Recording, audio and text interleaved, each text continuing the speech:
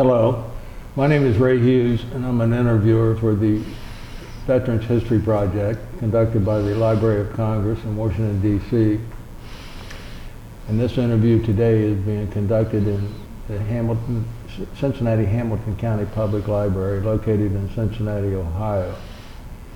And the local monitor of the program is Brian Powers, who is our cameraman today.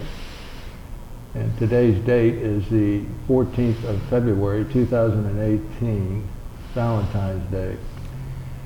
And today we have the honor and privilege of interviewing Vietnam War veteran John Krupp. And John, it's a pleasure to meet you. And well, thank you. All right, just to call you John. I'm sorry, I didn't hear you. Just call you John. Just call me John, yes. John, if you would, your full name and your date of birth. John Clayton Krupp, K-R-U-P-P, and I was born 17 April 47. And where were you born? What? In Tiffin, Ohio. Tiffin. T-I-F-F-I-N. Tiffin, Ohio. I see. And your mother and father's name? My mom's name is Winona May Trotter Krupp. And my father's name is Orland Krupp. Are both your parents still living? No, they are not. They are both passed away. I see. And my mother just passed away recently, and she was 101 years old. Wow. So. Good longevity in your family. It could be. I could be living that long too. Yeah. Everybody could be in a world of trouble. What'd your dad do for a living? He was a glass blower. I see. In Tiffin, Ohio, Tiffin Glass Company. He did that for a whole bunch of years, and then they closed the place. And he went to Whirlpool Corporation in Clyde, Ohio, and worked there until retirement. I see. Did your mother work? No, she did not. He would not allow her to work. Mm-hmm. And how many brothers and sisters did you have? I've got 2 older sisters and 2 younger brothers. I see. And you remember what grade schools you went to? I went to Lincoln Elementary School, as it was called, in Tiffin, Ohio. And then I went to East Junior High School, that was in Tiffin, and then Columbian High School, also in Tiffin. I see. Were your folks longtime residents of Tiffin? Yes, Tiffin? they were. Your grandparents, do you recall them? My grandparents, somewhat. They came from, where? From another city, came over to Tiffin. He went out to Iowa, did some things out in Iowa. He did what? Did some things out in Iowa, general labor type thing, because he was young at that time. And she chased him all the way out there and said, "You're going to marry me, come on back here to Tiffin." And he did. What were their names, do you recall? Her name was Fern Trotter, and his was Clayton Trotter. I see. Clayton John, that's how I got my name. Yeah, that was your mother's grandparents. My mother's, yeah, that was my mother's grandparents. My father's my father's parents didn't, I didn't know them that much. He died before I was born, and she was in the house on a different street close to where he worked. But she was a mean woman, a mean German woman. If you know some of the German women, they were strong-willed and sometimes mean. Yeah. And so I never knew her that much either. She stayed away from us, and that was fine. You don't remember her name, do you? No, I do not. Yeah. I do not. Were you involved in sports when you were in high school? Somewhat, yes. What did you do? I ran track. Did you? Yes, I did. And I thought I was fairly decent, but I wasn't good enough. I did not play football. I was a 165-pound weakling, so I didn't do that, but I ran track, ran the 440-yard dash. I did some high hurdles. I was terrible at that. And I think that's all they allowed me to do. Did you graduate from high school? I certainly did, yes. And,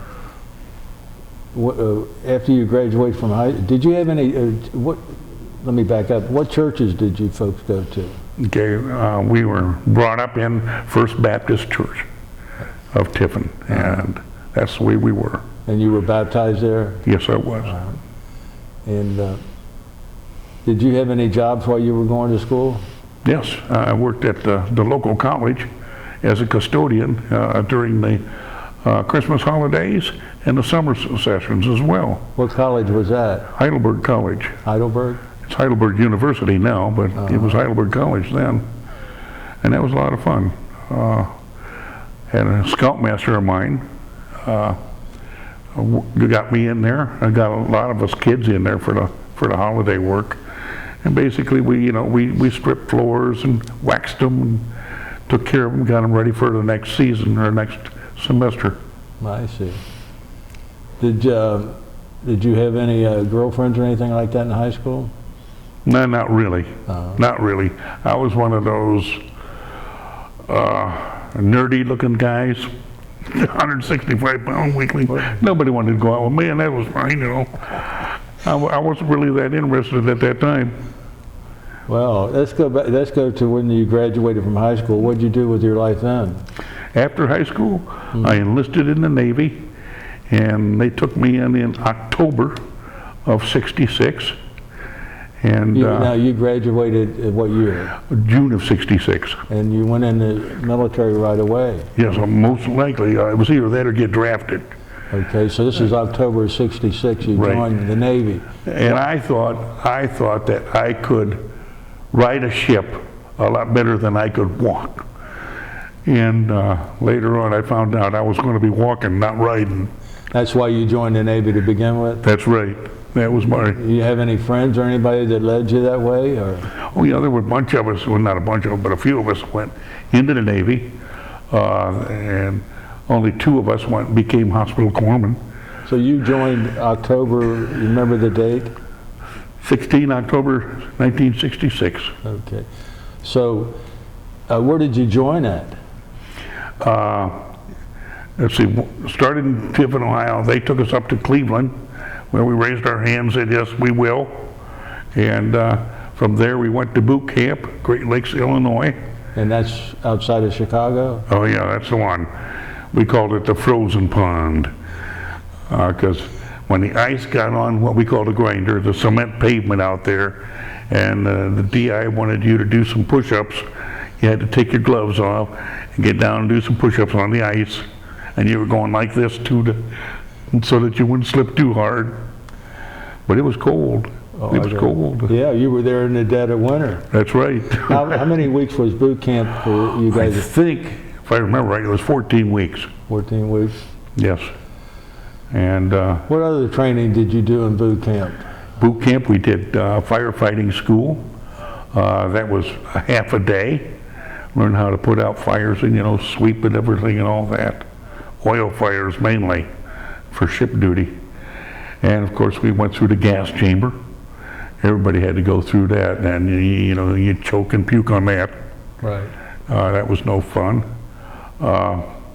In boot camp, that was basically the only 2 schools that they really sent you into any kind of training. Did you have any rifle training or weapons training? No. No weapons training that I remember.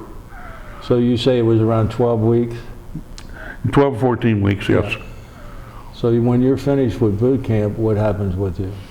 Went over to hospital corps school. It was what we call A school. Called what? A school. Aid? Where was that at? Same place, Great Lakes, Illinois. So all I had to do was cross the bridge. Well, how did you get selected for hospital corpsman? Oh, that was done at when I was testing at the recruiting station. And they said, well, either hospital corpsman or admin field and administration. And they said, well, we'll choose for you. You don't have to worry about it. Maybe corpsman. And that was because they really had a need for corpsmen and not much for admin people. And Vietnam was going lickety-split at that time. And so they made a bunch of us hospital corpsmen. In boot camp, like 50% of my boot camp company went to Corps school. Is that right? Mm-hmm. Explain the corpsman school for us. That's 16 weeks of medical training, and it's like going through nursing school in 16 weeks rather than 4 years. And it was hard. It was hard. You had to learn what we call pharmacology, learn how to mix drugs and stuff, and how to dispense drugs properly. First aid, of course. How to make up a hospital bed. Let's see, what else?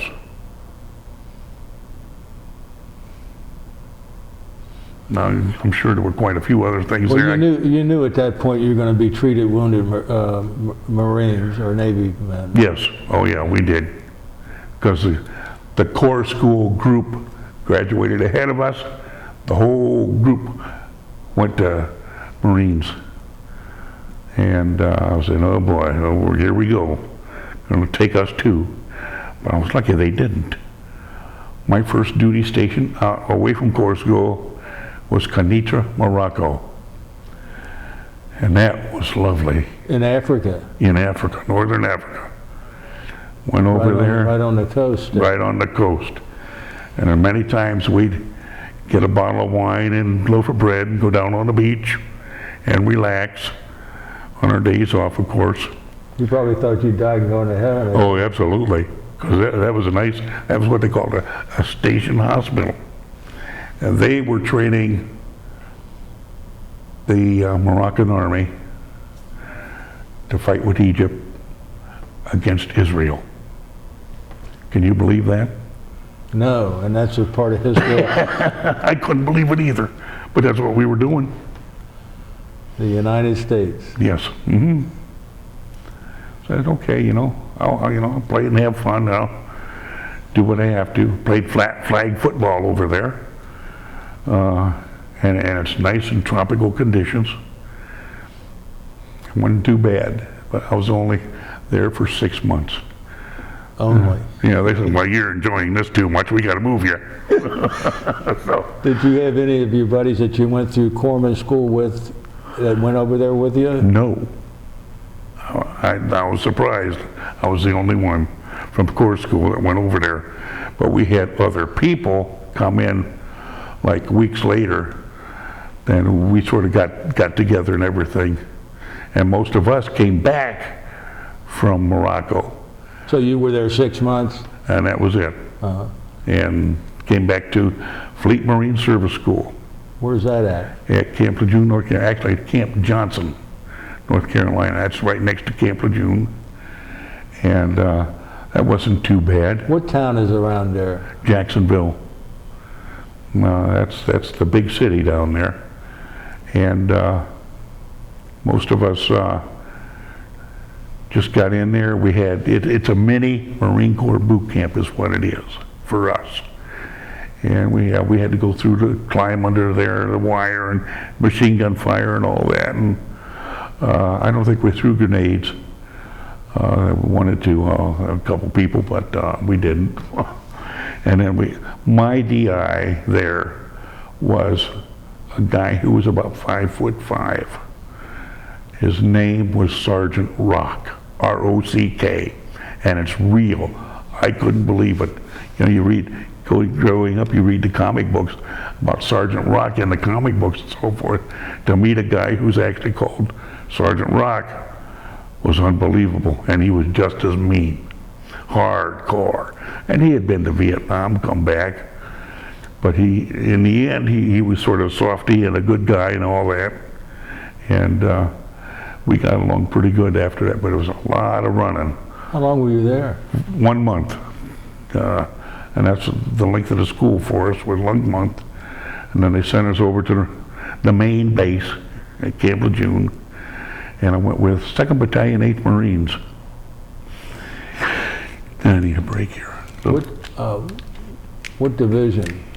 2nd Marine Division. 2nd Marine Division, 8th Regiment. Mm-hmm. And we deployed to Cuba. What am I doing down here? But anyhow, It was fence line guard duty is what it was. What base were you at? In Gitmo Bay. Yeah, Guantanamo? Yeah, there was only one. Yeah. And we did the fence line guards. I was the one who, as a corpsman, I'd go out in the middle of all of this fence line area and sit in a bunker with several Marines. And we'd be there for, I believe overnight or 12 hours or something like that until they relieved us. And we came back in and we were off duty. And my barracks, unfortunately, I was right underneath the alarm system. And when they blew the alarm system, you jumped. You didn't crawl, you jumped high. And because what they were trying to tell you, it was a drill for incoming Cubans against us. And we had our special little area that we had to go to and get ready for combat. But it was only a drill.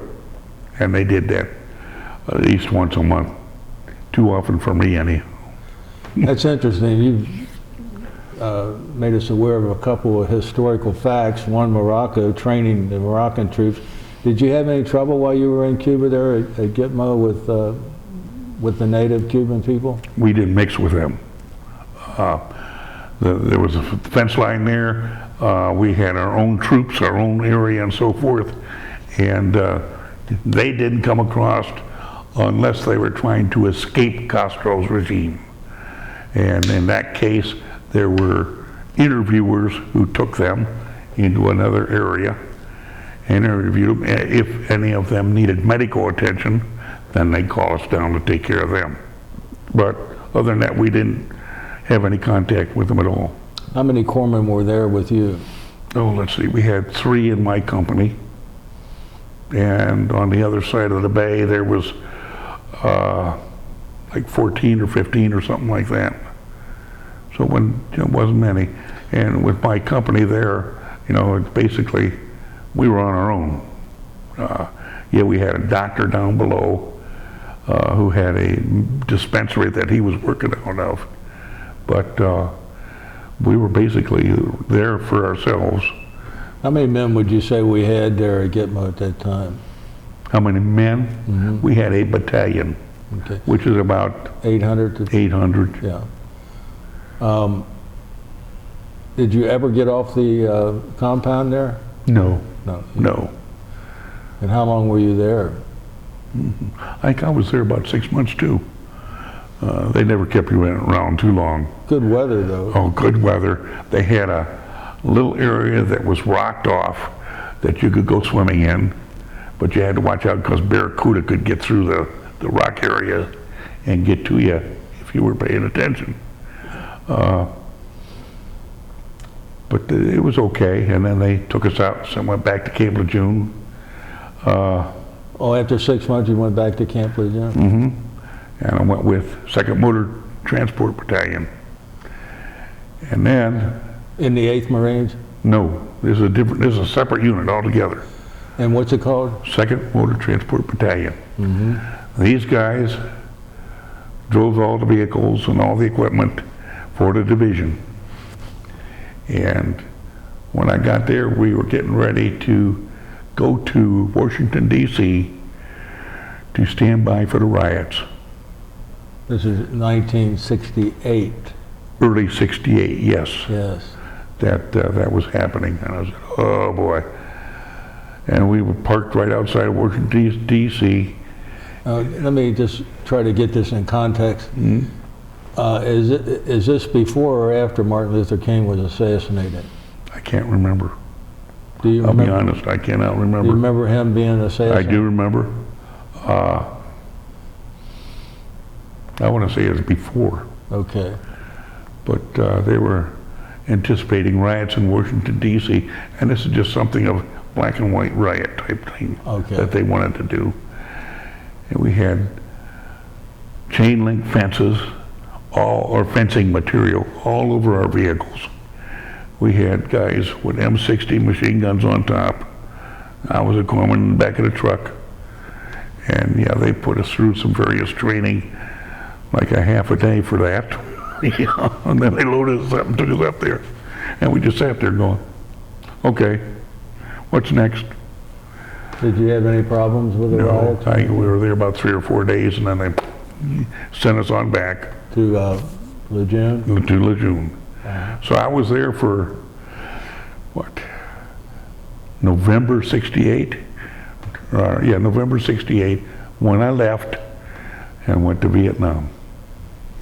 And that's where we went up to Cleveland, picked up a plane, went out to California, stayed there about 2 days, and then they flew us over to Okinawa.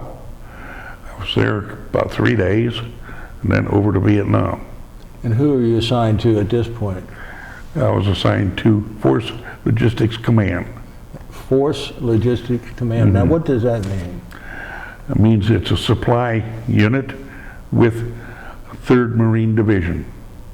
And we ran all the supplies for what we call Northern I Corps in Vietnam. And that's from Da Nang north and west.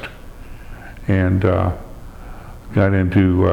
Where did you land at in Vietnam then when you left Okinawa? we landed in Da Nang. Da Nang? Can you tell us about Da Nang?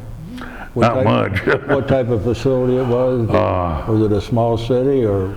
Oh, Da Nang was a large city, but I never saw Da Nang city, okay? Like the airport, I think, sat outside the city. And we landed, went into Quonset hut type area. They said, okay, you're going here, you're going there, you're going there. And here are the guys to pick you up, take you there. Now, you're a corpsman in a logistics force outfit. Yes. And what's your job going to be? I started out, Now, this is also, so that I got this right, this is December of '68? yeah, November time frame, basically got there. Okay. And went to I want to say, a battalion aid station type setup.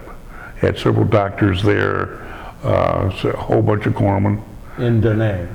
No, not in Da Nang, north of Da Nang, okay? We were at a base north of Da Nang, and we had a pharmacy, we had an operating room, we had a lot of admin there, stuff like that. What'd you say, bad men? No, admin.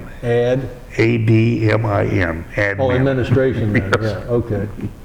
And so I got in there, we checked in, and I was there like 2 days. They said, get over here, get on the truck, get on the truck, get on the truck. You're gonna go see Bob Hope today. I said, you're kidding me. I just got here. I don't deserve to go see this. I said, don't worry about it. There's people here that are on duty, they can't go. You're gonna get on the truck and go. So, okay. So I went on the truck, went down to Da Nang area, and up on top of a hillside, I could barely see him, but I was looking down like this. Yo, yeah, we watched the Bob Hope show for Christmas, his Christmas show. Christmas, okay. Oh, yeah. And 1968. and that was all right. And then once that was done, come back and start getting into some reality of the world that we were in. I think I was there a week, maybe a week and a half, and we got hit with what they call mortar rounds. And the post office, which was about 50 feet, like from here across the street, got blown apart, and mail all over the place, and shrapnel coming into our area where we were, but we were fast and ducked it all and got into the bunker. So that was my first experience of war. And it wasn't fine. And then a few days later, the CO of the unit came out, pointed his finger at me. You son of a bitch, I want you out of here now. You're trying to create a mutiny in my unit, and I'm not going to put up with it. I said, what the hell? I just got here. I don't know anybody. How could I do that? Get your fucking ass out of here. So I headed out the back door. No, that wasn't fun either. And I haven't told anybody this stuff, but it hurt. If I had any smarts at all, I would have gone up to Division Legal Office and brought them down into it to get him to retract all that. After a certain person left and went back to the United States, he wrote a letter to the command saying, oh, it wasn't him, it was me. It was somebody else who did it, because they had written a letter to the command saying, yeah, this command sucks, and this command's this, and this command, and it's all his fault, and all that. And he was nasty. But that commander was nasty. I didn't like him, and he just set the tone for the whole time I was there. And one time after that, yeah, we got hit again. No, we didn't get hit. Some people were in what I call a bubble helicopter, little glass bubble thing, 3 of them, and they were tooling around, visiting and all this and all that. And we had radio towers out there with guide wires, and they hit one of the guide wires, right upside down, come crashing down. And they brought him in there, our place. And I said, well, doctor, what you going to do for him? What you going to do for him? And he said, I can't do anything for him. Their lungs and everything are punctured. Their heads screwed up. You know, they're just basically tie him here before they die. And it was a couple minutes later, they died. So that was my first introduction to death over there. And that wasn't fun either. And then I went out on patrols, foot patrols this was, around the fence line and stuff like that, and walking through the rice paddies and the marsh and everything was awful because of the leeches and everything you had to deal with. And it just kept getting like that. And I figured like they were sending me out on any kind of dirty duty they could. And as punishment, because as he punishment. thinks you're the guy that... Yeah, which I thought was horrible. But I did that anyhow. And I got on truck convoys to Ivan Pass area and the rock pile, or a place called Way. And this was after the Tet Offensive. So we were resupplying them, getting them all taken care of. And also doing truck convoys out to Hoi An, which is what we call the Blue Line. That's where the Korean base was. And we were taking supplies out there, and it was always good because we had what we call Rock Marines on the truck with us. Republic of Korea. Mm-hmm. And they didn't take shit from nobody. If somebody looked at them cross-eyed, they were going to shoot them, and that was their thing. So I knew that I was protected then. And then, you know, we did a lot of that. More supplies. One time I was on a blocking force along the beach, and we were expecting 2,000 regular troops, NVA, coming down through Ivan Pass into our area. So I was out here, and we had another unit that we were supposed to hook up with. Well, they came in on the water line like this, and we spotted them. We were almost shooting at them, our own people. But we convinced them to move back and hook up like they were supposed to. But it took them a while. I mean, it was like 45 minutes they were laying down there saying, I know that they were thinking, you know, what do we do? What do we do? Do we move back or do we shoot? But they got the word to move back. And then And then on Blocking Forth, nothing happened, which was good because we found out later at the debriefing that the Newport News and the New Jersey had all of their guns aimed right on us. So if anything did happen, we were dead. We were dead. So we lucked out on that. And then I think it was about time for me to go home on that. Because that was enough. 1 year, I was there a year. Mm-hmm. And that was enough excitement. I didn't need any more.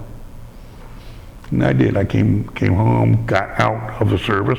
This would be 69, okay? October is November of 69. November of 69. So you're discharged? Discharged, yes. Where did you, when you left Vietnam, where did you first land? They took us into San Diego, okay?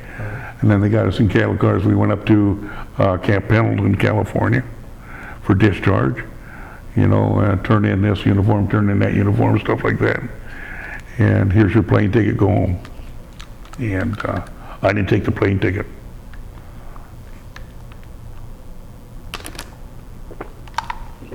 Because while I was in Vietnam, I had the audacity to order me a car from Neiman Auto people, and they were out of England, and I got me a Triumph Spitfire Mark III convertible, 1969, brand new off the rack. Where'd you pick it up at? I wanted to pick it up in California, but the dock workers were on strike in England. They weren't shipping anything over, so I had to fly to New York, downtown Jamaica, New York type, and get it there. And I got a motel room for the night, and next day I went out and got it, picked it up. I says, now how the hell do I get out of New York City? I'll go down here and pick up the expressway and go that way. And that's what I did. I went by JFK Airport about 3 times before I realized, well, that's not the way. I got to get out on this highway and go this way. What'd you do, save your money while you were in Vietnam? Oh, I sure did. Yeah, you know, you couldn't spend it anywhere except, you know, the exchange, you know, if you wanted some goodies or something like that. But you didn't need anything. While you were in Vietnam, did you have to tend to any wounded as being a corpsman? Yes. When I was in the field, we had some people who were hit with mines. They stepped on a mine and took the legs off, and I had to go and put tourniquets on them. I had clamps for bleeders that took care of their bleeders, and just wrap them up, put them on a helicopter, and send them out of there as quickly as you could. You had to give them a shot of morphine. And another one, I was on patrol, and this is something else that pissed me off. A guy hit a booby trap, one of my people hit a booby trap, got laid down, and they called corpsman up, corpsman up, corpsman up, so I went running up there, and I get up there, there's another corpsman from somebody else's unit taking care of my person. So, okay, fine, I don't have to do anything. Then this idiot major comes up, says, I order you to sign this medical card. Well, I didn't treat him, I can't sign him. So I order you to. You don't have a choice. So, okay, fine, I signed it. Boy, that got me in trouble too. He called in a helicopter to medevac this guy out. Then he puts him on a truck and takes him out instead.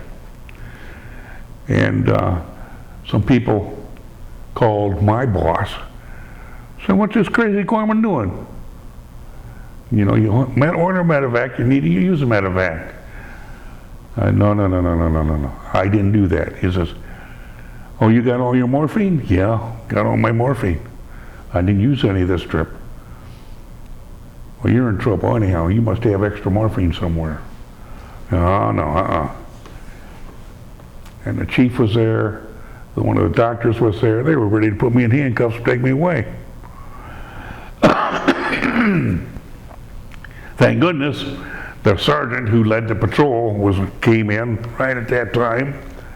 I said, "Hey, Sarge, tell these people what happened with that medevac, that wounded soldier." And he explained everything was going on, told him that I was ordered to sign that, everything. Oh, okay. So you're okay then, no big deal. But you know, those are things that went on in Nam, and I was pissed. If I could have shot that freaking major, I would have. I really would have. I think you told me once that you had to take some drugs up to people or something like that. Oh yeah. What was that about? Truck convoys go up to Way, and there was a group of a battalion or regiment up there, and you had to take narcotics up there to them. And I rode the truck, loaded weapon. Anybody comes near the safe, I was to shoot them. Those were my orders. So I'm glad that nothing like that happened. But it was close to that a few times. People, you know, okay, we didn't know we were getting that close to that. But yeah, I took them up to the doctors up there. And eventually, those doctors came down to us so that we could get on the boat and come back home. Because we didn't fly home. Had to get on the boat. When you left Vietnam? When we left Vietnam, yeah, I wanted to fly home. I wanted to get out of there, get away from there as fast as I could. So you boarded a ship, and where did it take you? Went to Okinawa first. I guess for a resupply or something. And then 23 days later, coming to San Diego. On plane? No, didn't fly in. We came in on the boat. Again? From Vietnam to Okinawa on a ship? Yeah, and from Okinawa to San Diego on boat. You don't remember that ship's name? Pardon? You don't remember that ship's name, do you? No, I don't. Did you have any other experiences in Vietnam that you had to care for the wounded? Not many. Most of it, you know, it's like you go out on a patrol, or even if you're in base camp, you might get 30 seconds of wildfire going on, so forth, for a month, and that's all that you get for another month. And so action was not all there. Were you involved with both the VC and the North Vietnamese Army? Yes. We had VC sappers. We had just left the fence line, going out on patrol, and it was dark, and all of a sudden somebody shot a M79 grenade launcher, grenade at us. Okay, it went wild and didn't hit us, but they hit us. It came from the base of the fence line. And so now here's the guards up here in the bunkers. They're shooting at us because they thought we fired they thought we were the enemy shooting at them. So we're taking cover. Sergeant's calling in, trying to get things straightened out. Said, let us approach the base of the hill and attack those fools. And no, you go out on your patrol, don't worry about that, we'll take care of it. Sergeant said, yeah, okay, we got your number. We know what's going to happen. Sure enough, you know, we go out on our patrol, and you could hear it later on, boom, boom, boom, boom. Sapper unit was hitting the fence line and running through there and throwing satchel charges all over the place. Said, okay, you asked for it, you got it. But that was a weird experience there. What's a sapper unit? Sapper unit is a suicide individual who has explosives, and he pulls the cord and runs finds a bunker somewhere and throws that in there. Now, he don't care if he gets killed or not. And most of those were VC. NVA, I don't think I had any contact with any NVA. Could have had if they come down through Ivan Pass. What pass is that? Ivan Pass. What does Ivan mean? It's just a name for the pass. Okay. Is that in I Corps? Yes. That was between us and Way, this town up there north, and it's like 10 miles away from us, and you could see it, you know, from our base, and they were expecting a lot of stuff coming down, never did. While you were in Vietnam, did you encounter any racial problems No. with the black and whites? No. There was none. Did you have many blacks in your outfit? Yes. We had several who were, and some Marines and some corpsmen who were really close. We were all close. We were not divisive at all. We were brothers. And I don't know if we would have stayed that way after we got back here, but we were all right. Now, you're actually serving with the Marines more than you are with the Navy. Yes. Your entire tour in Vietnam. That's right. Yeah. Did you ever get into any of the villages and have some type of contact with the civilians of Vietnam? Oh, sure. You know, we were walking through villages all the time, checking them out, making sure there was no buried explosives or anything like that, hidden weapons, catches, as we were calling them, and just checking them out. You know, we never found anything in our patrols. On the truck convoys going out to the Blue Line, I don't know, maybe I was a very lucky individual. There were convoys ahead of us, convoys behind us, and they got blown to hell. And we'd come through and nothing would happen to us. So that's something, you know, just that we lived through. What about Agent Orange? Were you exposed to Agent Orange over there? We didn't know if we were at that time, you know, it was just a spray on the jungle foliage to get rid of it, but we didn't know it was that bad. Mm-hmm. And I'm sure, you know, a bunch of my buddies were like me, getting it and dying from it. But yeah, I didn't realize how bad that stuff was. Were you ever injured while you were in Vietnam? No, I was not. Again, I was one of those protected species. If I broke away from the unit for any reason, there was a guard with me. You know, I didn't have to worry too much. The only thing I really worried about was the water buffalo, because you'd pass by those and wondering if they were going to charge you or not. Were there tigers there in Vietnam? I never saw any. Never saw any. And the water buffalo were dangerous? Oh yeah, they were dangerous, because they would charge you just seeing you. And it's like they didn't like you at all, period. And it might have been their owners might have trained them for that.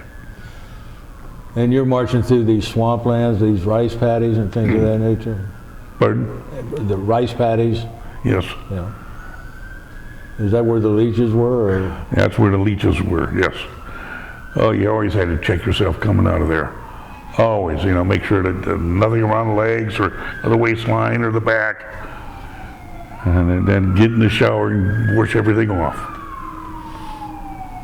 And did you go into any Vietnamese towns on Liberty or at night or anything? No.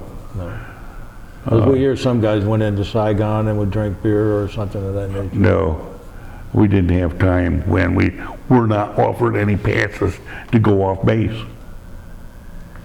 So, that was all right too. I didn't want to. So how much money did you save while you were in Vietnam? Oh, about $3,000. And what did 69 Triumph?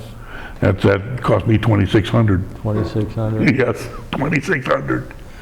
And you ordered it while you were over in Vietnam? Mm-hmm. Yes. And you had to go to New York, though, and Jamaica down there and Yes. pick it up. Now, you're discharged from the Marine Corps. Now you're a civilian. Yes. And you're on your way to where from New York? From New York, I came to Tiffin, Ohio, and I drove at night, and I was learning how to shift. I had never done shifting before.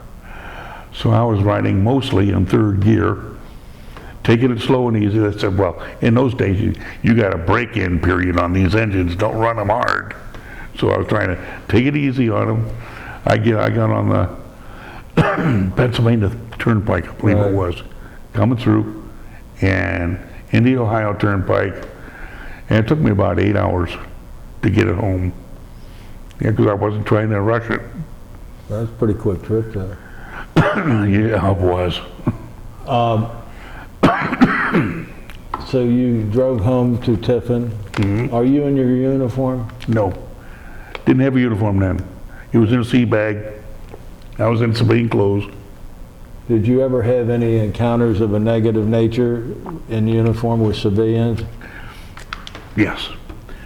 I went to Los Angeles Airport with my buddies because they were getting on a plane going home. And when we went in there, there's the Hare Krishna, okay, group, little religious group convention around. Yes. And they, baby killers spitting on us and everything. And okay, fine. But we tried to ignore them. And they could only go so far into the airport, and then the cops apparently kept them out as much as they could. But we went up to the waiting area where they were getting ready to go on a plane, get out of there. And I was saying goodbye, goodbye, goodbye, because I had to get a taxi, go down to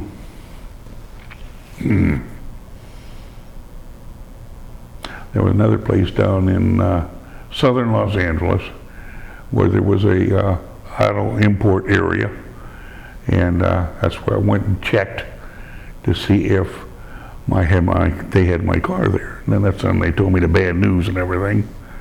So that's when I had to fly from there over to New York and pick up my car.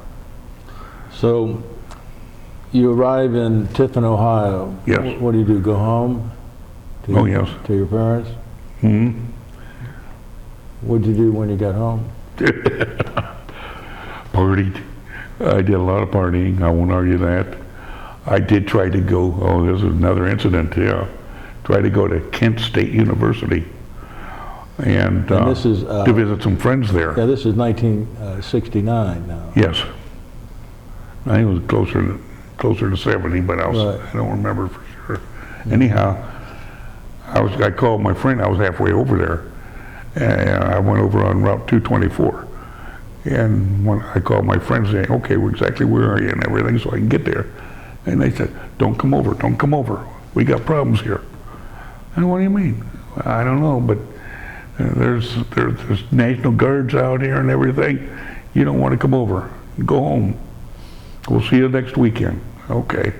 So I went home. That's what I saw on TV, the shooting and everything going on, and oh boy, I'm glad I missed that. This is 1970 then. I think so. Yeah. I'd have to look it up again. Yeah. But that was That's nasty. when the National Guard shot some Kent State and civilians. Students, yeah. Mm-hmm. So, what'd you do? Get a job, or what were your I plans? eventually got a job, yes. After about 30 days, I went to work at the college that I used to work at. Heidelberg, yes. Mm-hmm. And I worked there full time as a custodian. And I don't know how I'm going to see till about 74. And enough of this. I don't want to do this anymore. Now, are you still single? Yes. You haven't a love life or anything, a girlfriend? Well, I was getting there. Yeah, I met a lady there and who was a student at college there, and we dated for a while, and she became a teacher up in Sheffield Lake. So I went up there with her, and then I said, well, I want to do some reserve duty again. So there was a reserve station right close in Lorraine, and I joined the reserves, was there for a couple years, and then I went to downtown Cleveland at the reserve center there, and I was working for an admiral who was doing some stuff there, and I said, I want to augment, go regular Navy again. 'Cause I missed the camaraderie and the change of duties that I could do. So I said, okay. They sent me out to California, a place called Warner Springs, California. You go from Morocco on the beaches Up to the mountains. to Cuba on the beach where you can swim. A lot of lovely places, yes. Yeah. So you're active duty now. And Yeah. what rank are you? Active reserve, okay? That's what they call me, active reserve. Okay. And what rank are you? E5. Are you single? No, I'm married now. Well, let's go back then and tell me. Oh, you want to go back? Who is this lady? What's her name? Her name is Valerie Camardo. She's out of Rochester, New York. Okay, we're divorced now. And when did you get married? We got married, oh boy. See, I was where? In 74, 73? Somewhere in that time frame. Did you And have any children? We got one. Yeah. Joanna Elizabeth. And she's got her master's degree working down in Columbia, South Carolina. When was she born? 13 December 75. Okay. I remember good. that. That's good. Yes, I better remember that.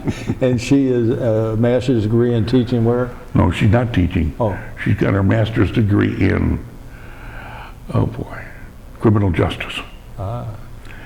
And she is, and she's not working in that position either. She's working at, oh boy, I want to say Blue Cross Blue Shield, but I'm not sure.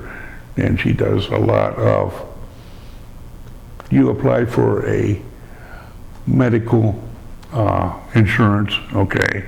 And she just goes through them and makes sure that all the I's are dotted and all T's are crossed, stuff like that.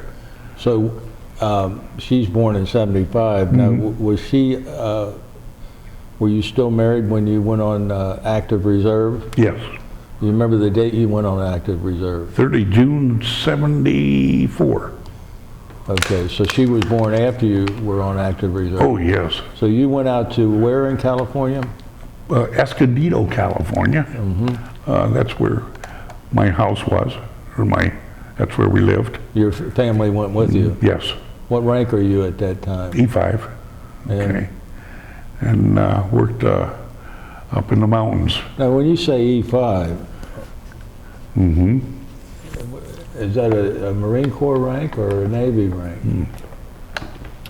That's a numerical rank that everybody in all the branches of service has. Okay. And my professional rank was HM2, Hospitalman Second Class. Okay. Okay. Yes. And that's what I had when I went out there. And that's the same as an E5. That's the same as an E5. Okay. All right. So what's your? You're making pretty decent money then at that time for an E5. I didn't think so. The money's getting better, not best. No, I didn't mean by best, but so what's your duties out there at that time? Okay, now I'm in a completely different environment. As a hospital corpsman, I was a SERE instructor, S-E-R-E, Survival, Evasion, Resistance, and Escape School Instructor. I got paid to beat people. Explain all this to us.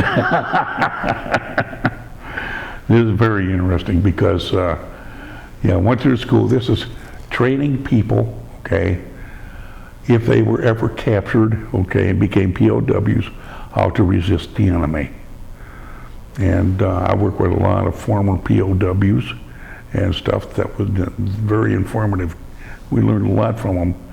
And, some of it, I was in a foreign type uniform and working a prison camp type situation and beating people, but not hurting them, okay, and depriving them of various food and water and stuff. But that was only part of it. The other part was I was the good guy, okay?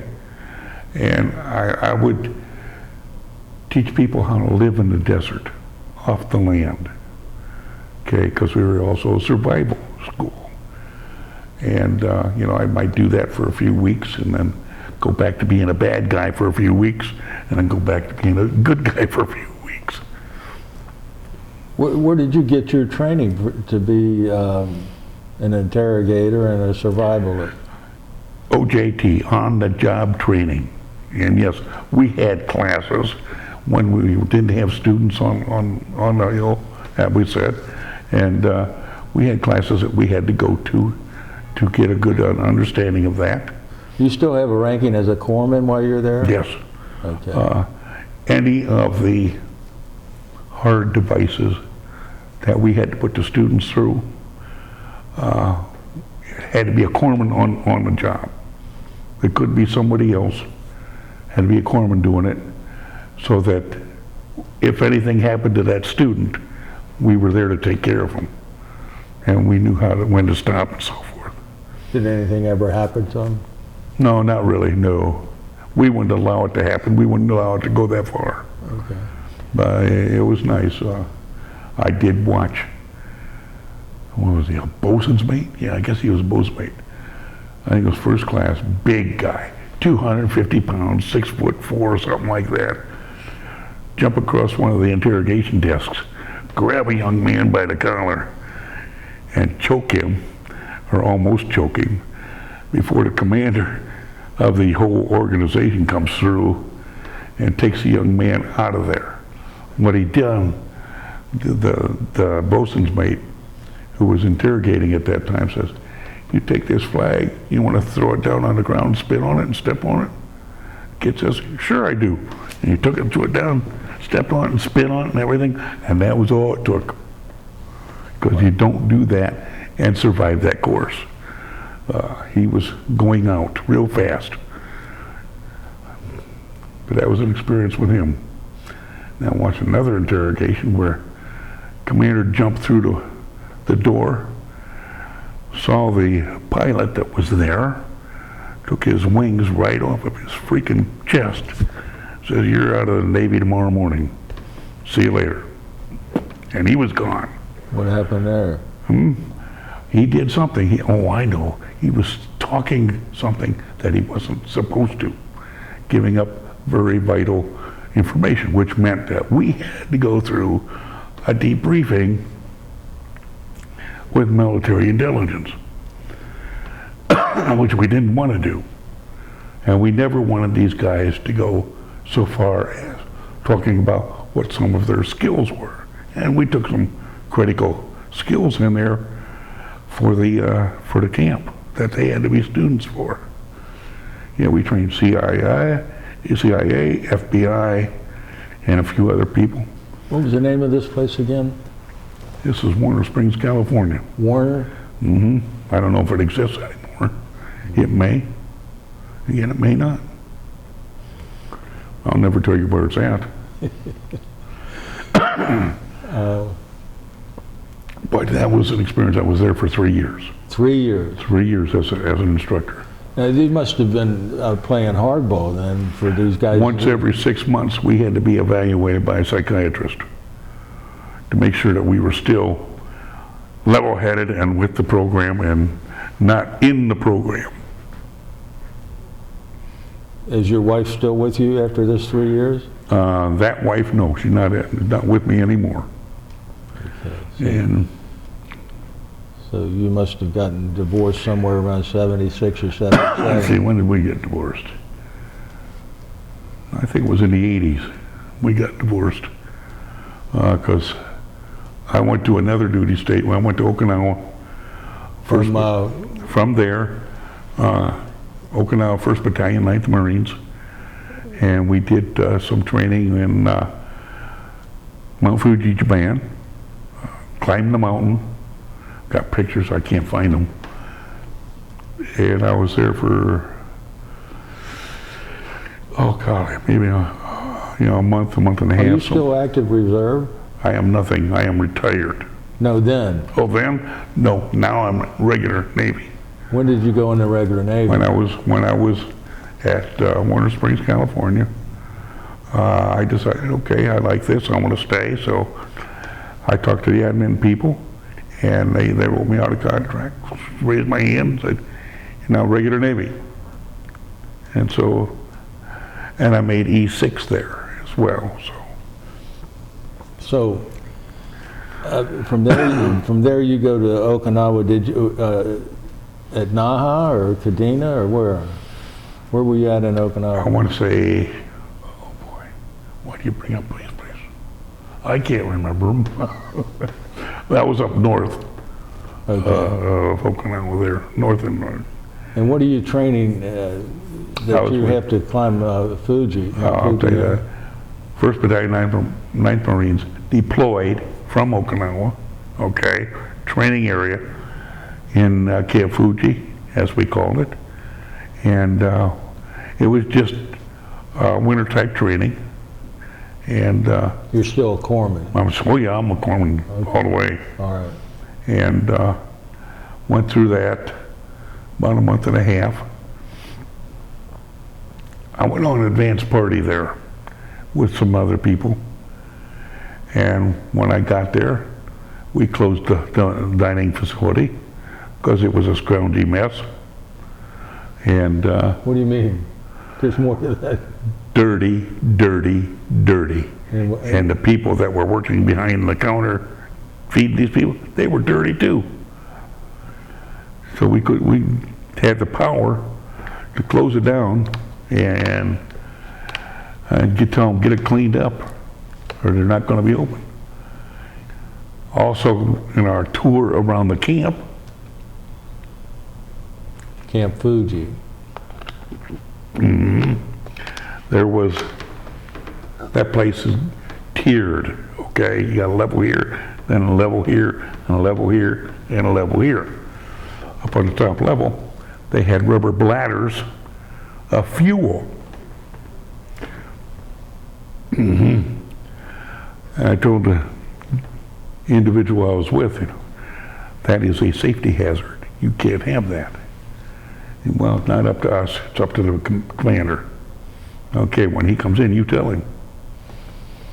And we did, and the commander said, okay, well, I'll take that under advisement. Nothing happened. So we leave Okinawa, or leave Camp Fuji. We're going down to Taiwan. I want to say Taiwan, yeah, for a little liberty, holiday greetings and so forth. And then we go down to the Philippines for jungle training. And that was fun. I enjoyed that. Get out there and well, I'm going hoarse now. But to get out there and let me take a break.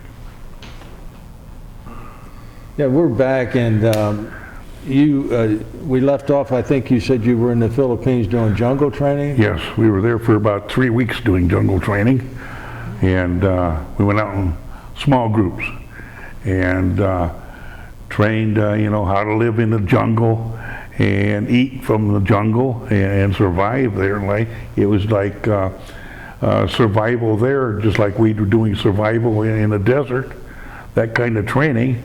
But as a battalion, a large unit, they couldn't train that much, and they weren't going to be there that long.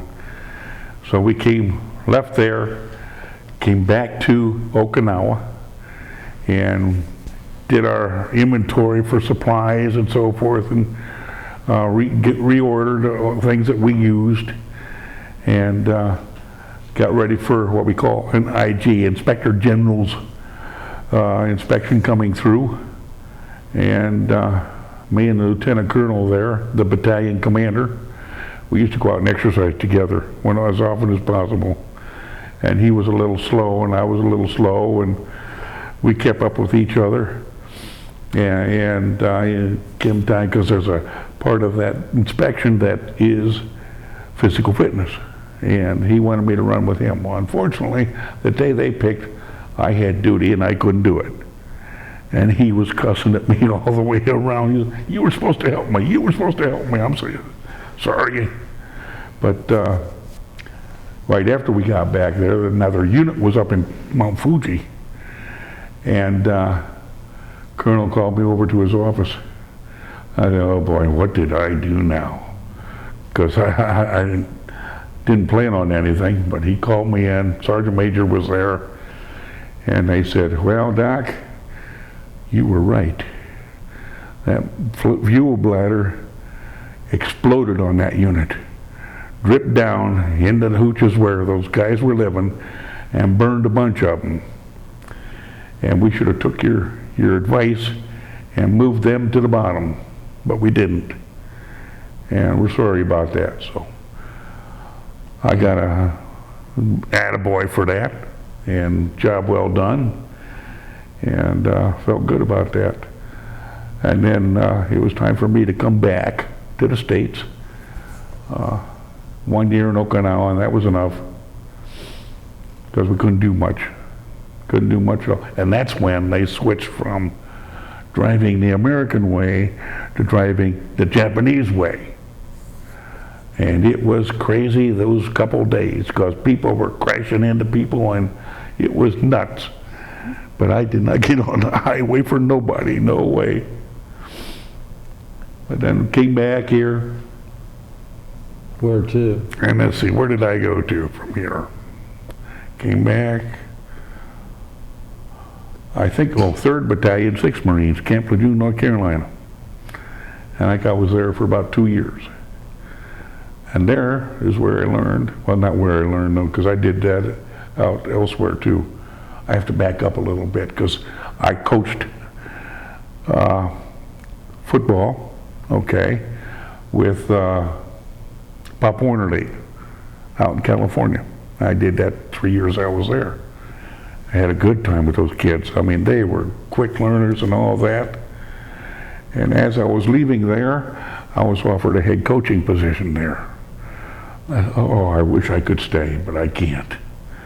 So I had to leave. And then, of course, coming back here to 3rd Battalion, 6th Marines, they had a coaching position open for the Marine unit that I was with. This is big guys.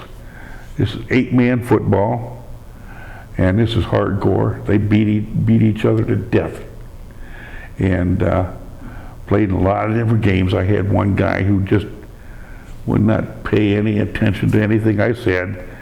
He went over the line, over the backs and everything, anything to get at that quarterback, and it didn't matter if he got penalized or not, and he did a lot.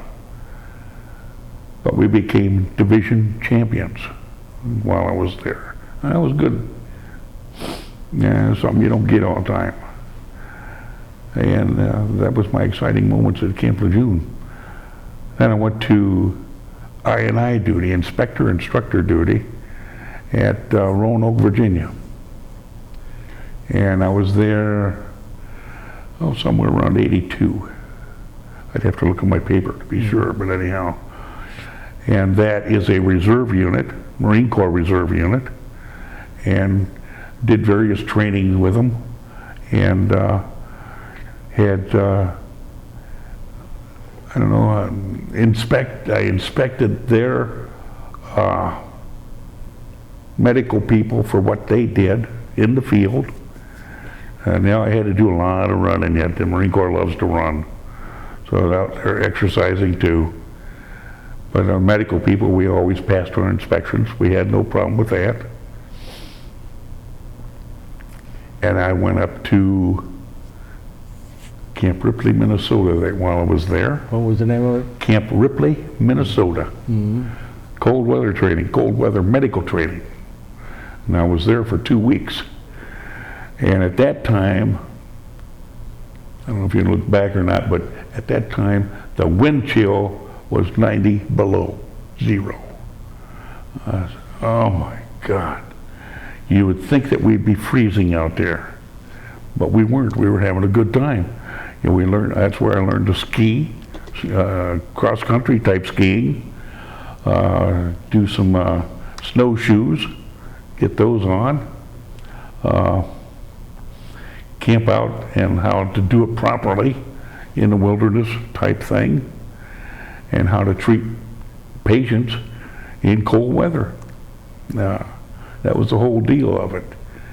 And like I said, that was 2 weeks. Come back for that. Taught the Virginia police, state police, one day for first aid and so forth. And I got a nice certificate of thanks for that. What else did I do there? Otherwise, I was just taking care of daily business and getting along. From there, went back down Camp Lejeune. I know they must love sending me there. but I didn't like it. And then I went to 2nd Medical Battalion. And I was there for 3 years. We went out and did various, I was set with Charlie Company, 2nd Med, and my company went out and did various training in the area of setting up a medical company and how to treat people as they're coming through. And we did that off and on for the 3 years that I was there. And from there I went to 25th Marines, I&I duty, 25th Marines headquarters in Worcester, Massachusetts. I said, holy moly, I didn't know they had a unit up here. And did basically a lot of the same training there. That's in the western part of Massachusetts. In the center of it. Right off of I-90. Yeah, And there I did a lot of the same training. One time we had, 18, 20 inches of snow come in, and colonels asked me, or asked the whole group, you want to keep it open for training or do you want to close it? You want to keep it open for training or want to close it? I think we ought to close it, you know. I don't think the guys come from Vermont and New Hampshire and northern Massachusetts and so forth, they wouldn't be able to make it down here because of the hills and so forth they were coming out of. I said, well, that doesn't make sense. I think we ought to do that. I think we ought to keep it open. I went, that's up to you. You're the boss. I said, what's the matter, Krupp? You can't make a damn decision here? I says, it's not up to me. It's up to you. And he kept going back and forth, back and forth, back and forth. I said, Colonel, do what you want to do. I'm done. And he almost threw me out too for saying that.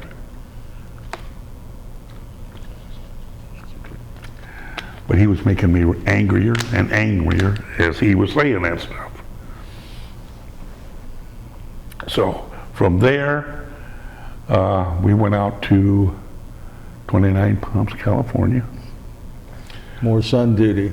No. This is training, okay? This is the unit going out for training in the desert. And a lot of heavy stuff. I was at the base camp. I didn't go out in the field. I sent my reserve corpsman out in the field. And I had this new colonel come in saying, what the hell, why are you back here? And I was saying, well, the colonel ordered me to stay back here. This is what I'm doing. This is who I got. And so forth. Oh, okay. Plops off doing whatever. But he wasn't happy with me being there. Oh, what the hell? My job. So, do that for 2 weeks, and we come back and unpack and all that, go through another IG inspection, and I come through all my inspections noteworthy. I never failed any of them. And once that's done, they say, okay. Then I say, well, we don't want you around here anymore. Okay, fine. That's when I went to Newport, Rhode Island. And that was nice. That was really nice. Back to some good duty. What base is at Newport, Rhode Island? It's in Rhode Island. Newport, it's Naval War College type stuff, and that's there. And there's a Naval Hospital there. At that time, there isn't there anymore. It's gone.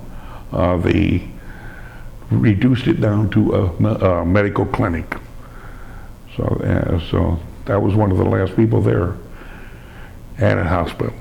What year is this? This is 1989. And get down there, and Master Chief, Senior Enlisted there, says, "What do you want to do? You want to retire here? Or you want to do a job?" I came down here to do a job. I didn't come down here to retire. He said, "Okay, I'm going to put you over here in the outpatient clinic," is what they called it. I'm going to be the Senior Enlisted out there. Okay, I can handle that. So basically, all the medical records for the whole freaking base and retired civilians and all that stuff, I was taking care of those. Not by myself, but I was in charge of it. And which was 33,000 records, by the way. I remember that because during the inspection, the inspector asked me, "How many records you got here?" I said, "Okay." He says, "How many?" And I did that for many years, for the years that I was there. Also did the physical fitness program, which we were doing. I had an assistant who later became my wife. My second wife, I should say, when I was in Virginia, I had to divorce the first wife. Had to. She was out running around while I was taking care of the kid. So now I'm into the second wife. We're not married yet, but we're getting there. What's her name? Debbie. What was her job there? She was a hospital corpsman. And her maiden name was what? Gish, G-I-S-H. And she was there. She was my assistant, taking care of physical fitness program with me. And she was making sure if they were supposed to be there to do some, these were the fat bodies. If they were supposed to be there for exercise, she made sure they were there. And took care of that. And then I went to the first Gulf War. The first what? First Gulf War. And what year is this that you go to the first Gulf? 91. Yeah, 91. And in what capacity did you go there? Pardon? You go there as a corpsman? Yes, as a corpsman with 1st Medical Battalion. And what we did was we got our orders, and this was Christmas time, got our orders, went out to Camp Pendleton, California, formed up as a company, Delta Company it was. I had some good doctors, I had some good corpsmen. A lot of the corpsmen there I've worked with before. The senior doctor was a Vietnam vet. Then a couple of junior doctors there, and they hadn't done anything yet. I said, "You guys stick close to us, who have been to Vietnam, who have been to war, and we'll take care of you. And we'll try to make sure that everybody comes back who went over." I said, "Okay." And so we went over to Saudi Arabia, and got into a unit, the headquarters unit of 1st Medical Battalion. And we thought first that, we were going to be held together as Delta Company. And that was wrong. They split us up, sent us all to 3 sheets of the wind. And that did not make anybody happy. But that's the way it was. Then I met a couple other guys there who I worked with at Camp Lejeune, who were interrogator, translator people, Marines. And I said, "Come on, Doc, you're coming with me. We're going to make you our corpsman for any prisoners that we take in." I said, "Oh, okay, I can do that. Better than sitting around doing nothing." But I did a lot of sitting around doing nothing because not much happened until the end. We did have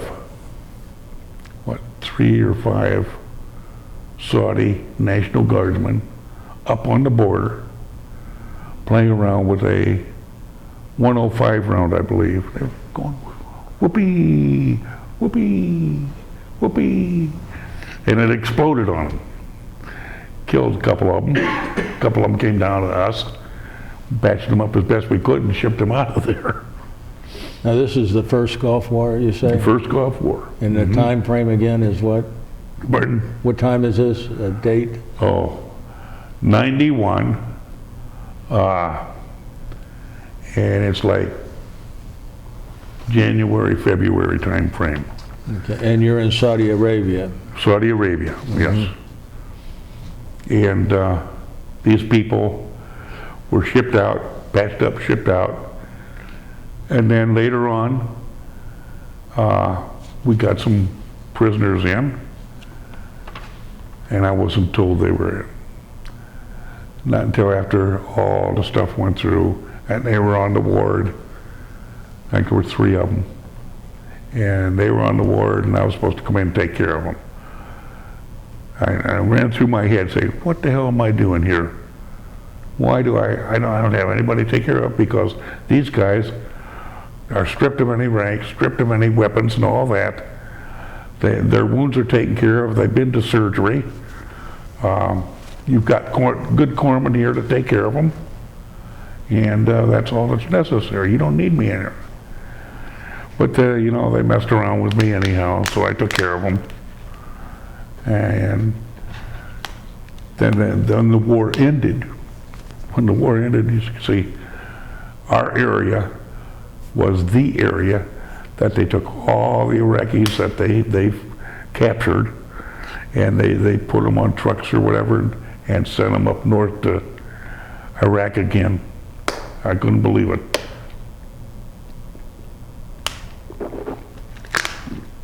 And then we packed up and went down to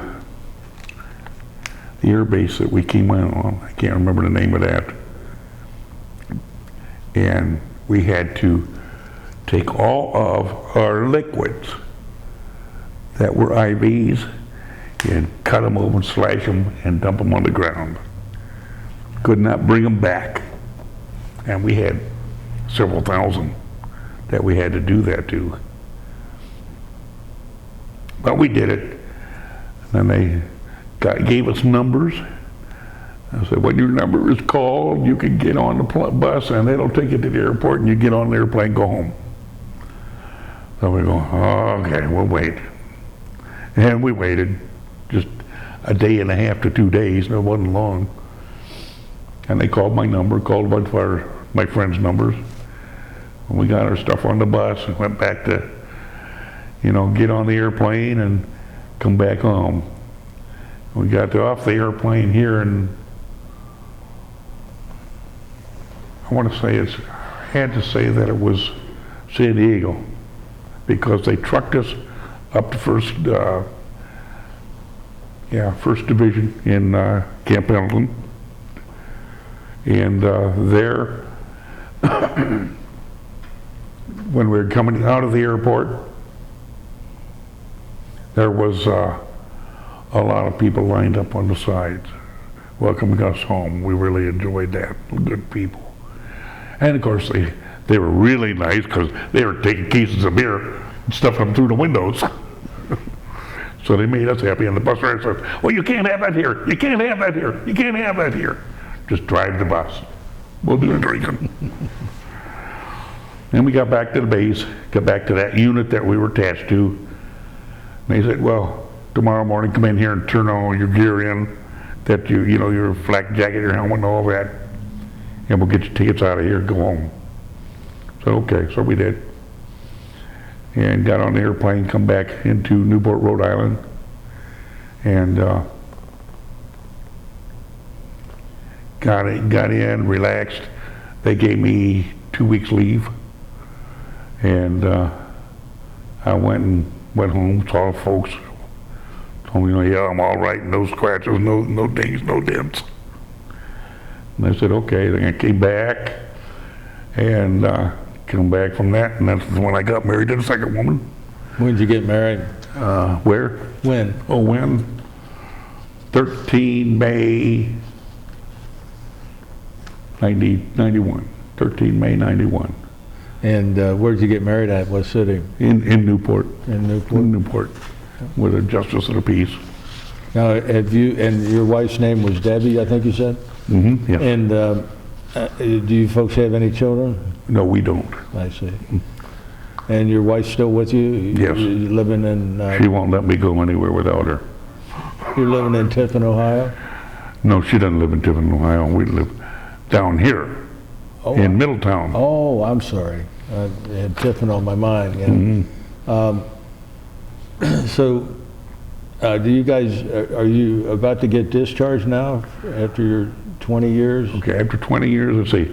Yeah, I went and applied for my retirement, and they gave, actually somebody else handles that for you.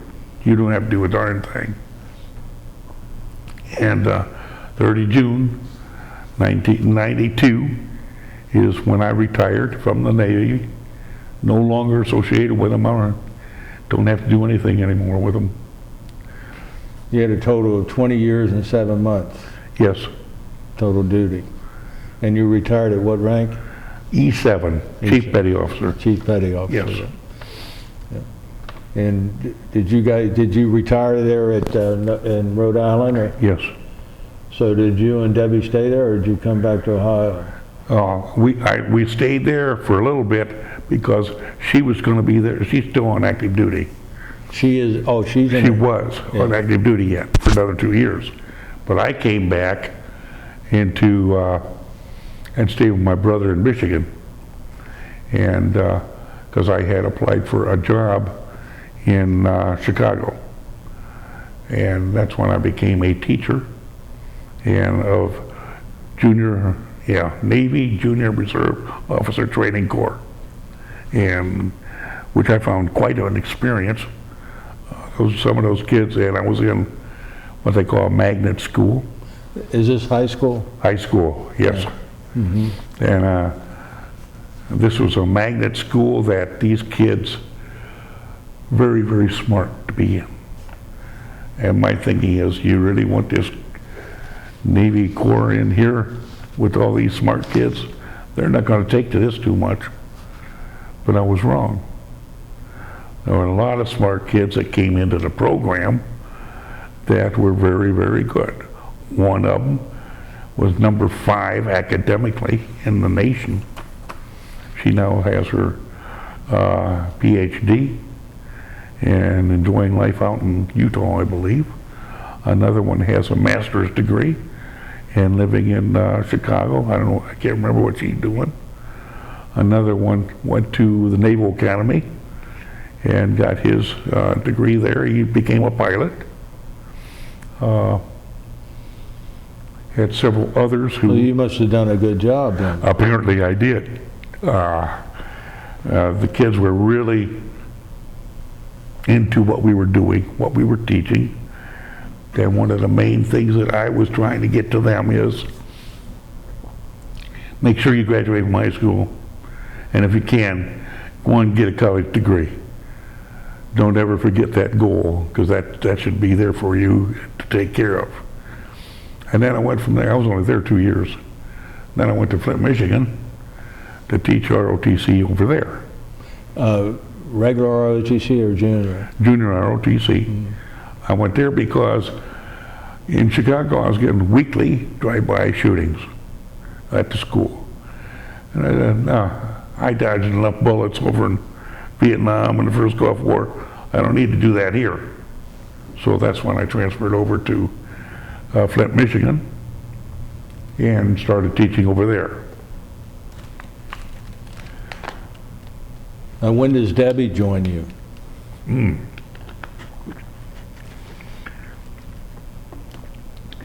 She joins me over in Michigan. At Flint? Yes, because she, like I said, I was 2 years in Chicago. She had 2 years of active duty to do yet. Did she retire from the Navy? No, she only did 14 years. Okay. But she got out because they told her that if she goes on another deployment, she would have to be gone for 3 years, 2 to 3 years away from me. And she said, I ain't gonna do that. I guess she loved me too much. So she's still with me. Yeah. But she came up to Michigan with me, and I taught that program there. Most of my teaching was military drill. I was a hospital corpsman, regular active duty and so forth. You never go through military drill. You didn't have to. Right. But here, well, even in Chicago, okay, and here, I had to get the books out. I had to learn military drill and teach that properly. And apparently I did.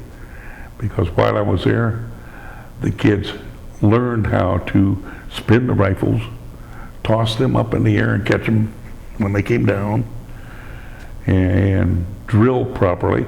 I taught the ladies how to do the same thing. And one of them, sitting down on the ground, this is early fall. School hadn't begun yet, but she was sitting down on the ground crying, saying, "Oh, Chief, I can't learn this. I'll never get this. I'll never get this." I said, "Patience, practice. Patience, practice." Because she was showing cuts all over her arm from the rifle hitting her and falling off. And it took her a while, but she got it, and she became very, very good.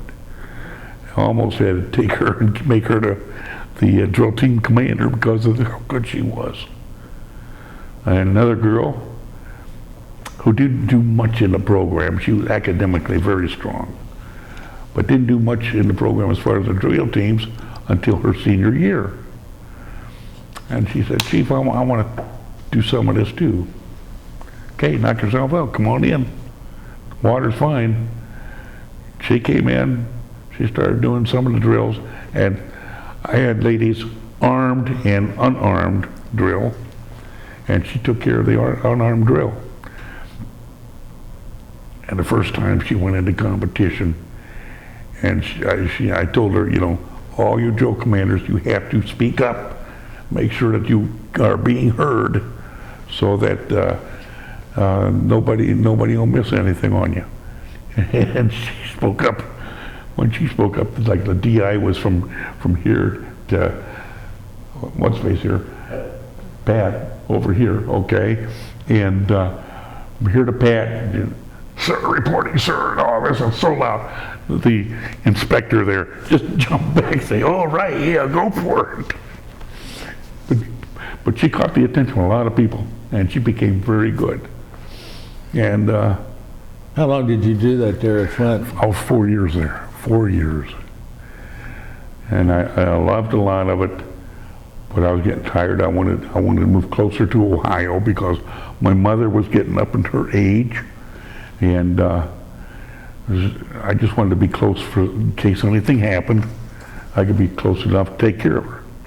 So, did you come to Ohio? Oh, I did, yeah. Came down to Princeton High School, just north of here. I was there for 1 semester. I did not like the senior instructor. We did not get along at all. And so I said, I've had enough of the program. And we had students in there who would come in and say, "I'm here. You can go to hell." And their parents would come in to sit right next to them. They do the same thing. So I said, I don't need any of this anymore. Right. We're quite familiar with Princeton High School. So what did you do? Drop out of the? I left the program altogether. Okay. Went up and worked for Xerox in Monroe.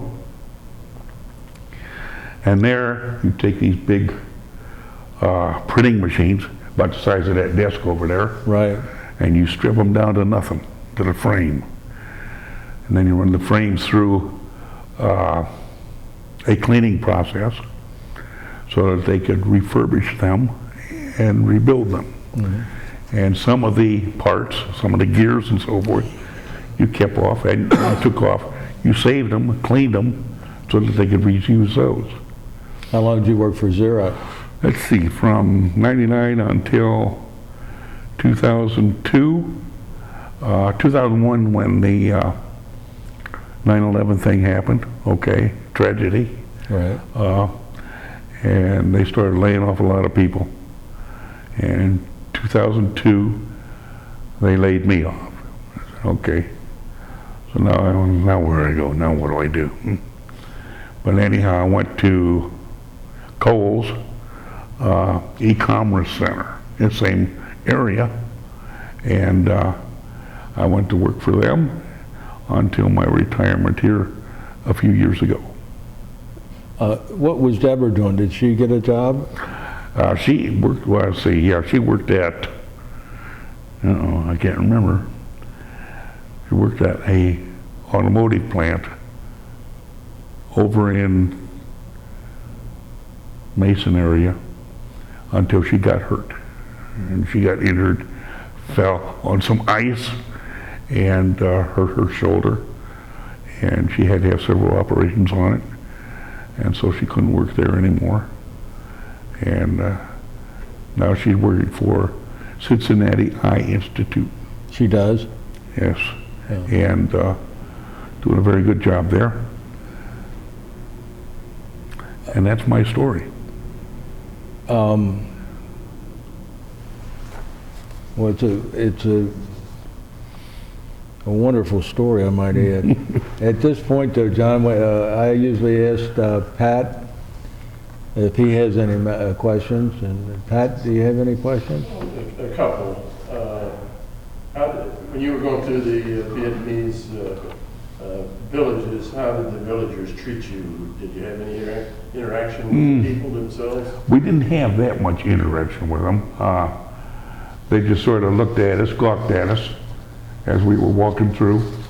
Did any of the people in your group run into any booby traps, either in the villages or out in the rice paddies? Going into a village, we ran into a couple booby traps. One where that other corpsman took care of them. Okay, that was one of them. Then the one where the guy lost his legs. Right. But those are the only two? Yes. What kind of ships were the Newport News and I think you said New Jersey? Yes. That were ready to show you? Yes, they were. What kind of ships were they?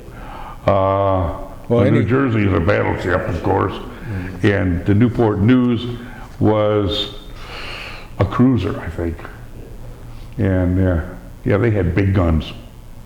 You were talking about to Ray about transporting drugs up north. Mm-hmm. How did they account for those drugs? You put the drugs in the truck, and when you get them up to the base, who's counting these drugs to make sure they get there? We had a senior officer down at base camp who had a key to the safe, okay? And he would put the drugs in the safe, lock it up, and then there was a receiver officer up north who had a key, identical key, and he would take that and take the keys out, drugs out. How long did you have that first car that you bought with the money you saved from Vietnam? How long did you have that car? Oh my golly. For several years, 3 or 4 years. 3 or 4 years. Had a good time with it. So I'm going to turn it back to Ray or Brian. Brian, do you have any questions? I just really have one question. I was wondering, how would you compare your experience in Vietnam to the Iraq War, since you were part of Oh boy. apples and oranges? Or, The Iraq War was completely different from Vietnam in the fact that we were not looking, I wasn't anyhow looking at going out and doing patrols for an enemy and stuff like that. And we were not looking for booby traps as much. So it was definitely different. Thanks, Ray. It's all right. I wanted to show all of the folks watching this your display case of your medals and ribbons, as you clearly pointed out to me earlier. Yes. And I think I'll read these off if you don't mind. Go ahead. A Vietnam Campaign Medal, Meritorious Unit Commendation, 2 of them, Navy Unit Commendation, Presidential Unit Citation, and RVNMUC Gallantry Cross with Palm and Frame. Now, what is that? That is a cross of gallantry, okay, for serving in Vietnam in various combat areas. Okay. And also a civil action first class with Palm and Frame. Same thing. Same thing. And a Fleet Marine Force ribbon, Yes, Kuwait Liberation Medal, yes, Southwest Asia Service Medal. yes. That's Vietnam also, isn't it? No. Or is that Philippines? No, that was for Kuwait and so forth. Oh, it was? Southwest Asian. That's what they call it. That's right, Southwest, yes. Yeah. And this display case has all of your medals and your insignia from the Navy Corpsman and also Serving with the Marines. serving with the Marines there. You see the story on the flag. And no, what is the story on the flag? This flag I received at my retirement. When you retire from the Navy anyhow, you have a choice of receiving a flag that is flown over a special area, and some people get it from over the White House, okay, and some people get it from various ships that they've served on. This one I received from the USS Constitution in Newport, in Boston. I was on that ship for a couple minutes. Don't get me wrong, a couple minutes. I watched one of my shipmates retire off of that ship. And so when I retired, I decided, yeah, I want a flag from the USS Constitution. And yes, you go back there and tell them, yeah, he was in the Revolution, wasn't he? John, there's one last question I'd like to ask you. Have you stayed in touch with any of your Vietnam buddies? I have no idea where they're at, or even if they're alive. You ever go to any reunions? I've never been to any reunions. Now, one gentleman that I went over to Vietnam with and came back with is up in Conneaut, Ohio. Okay, I don't know if he's alive or not. He was my best man at my first wedding. I see. But I haven't stayed in touch with him, and I should have, I suppose.